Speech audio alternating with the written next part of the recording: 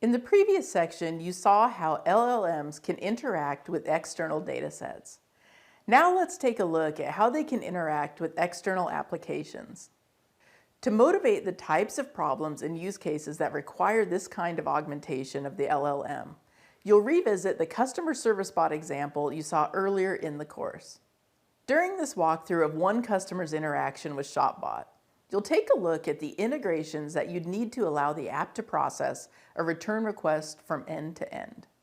In this conversation, the customer has expressed that they want to return some jeans that they purchased. Chatbot responds by asking for the order number, which the customer then provides. Chatbot then looks up the order number in the transaction database. One way it could do this is by using a RAG implementation of the kind you saw earlier in the previous video.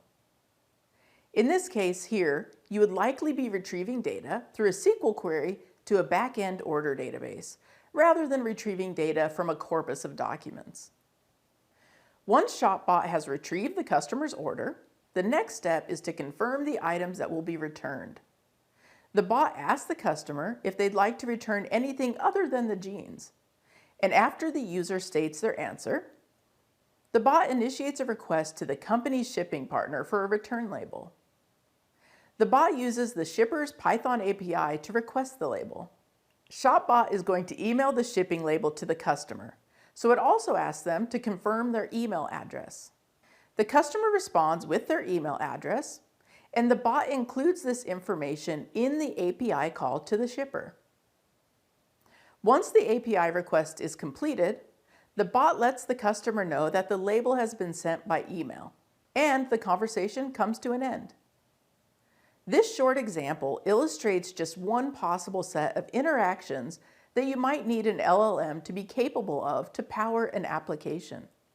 In general, connecting LLMs to external applications allows the model to interact with the broader world, extending their utility beyond language tasks. As the Chatbot example showed, LLMs can be used to trigger actions when given the ability to interact with APIs. LLMs can also connect to other programming resources. For example, a Python interpreter that can enable models to incorporate accurate calculations into their outputs. It's important to note that prompts and completions are at the very heart of these workflows. The actions that the app will take in response to user requests will be determined by the LLM, which serves as the application's reasoning engine.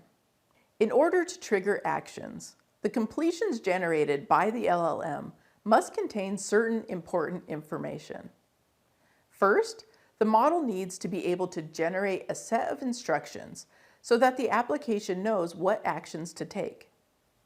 These instructions need to be understandable and correspond to allowed actions.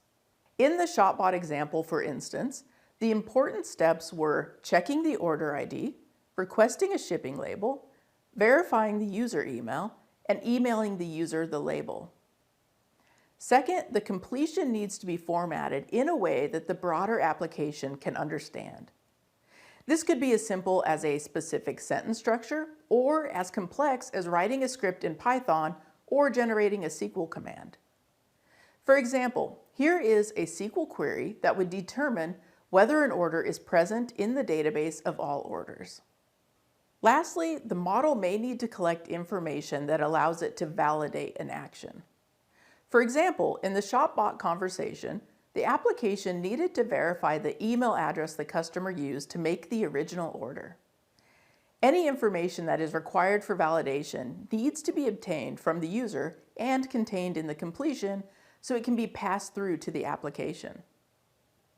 Structuring the prompts in the correct way is important for all of these tasks and can make a huge difference in the quality of a plan generated or the adherence to a desired output format specification.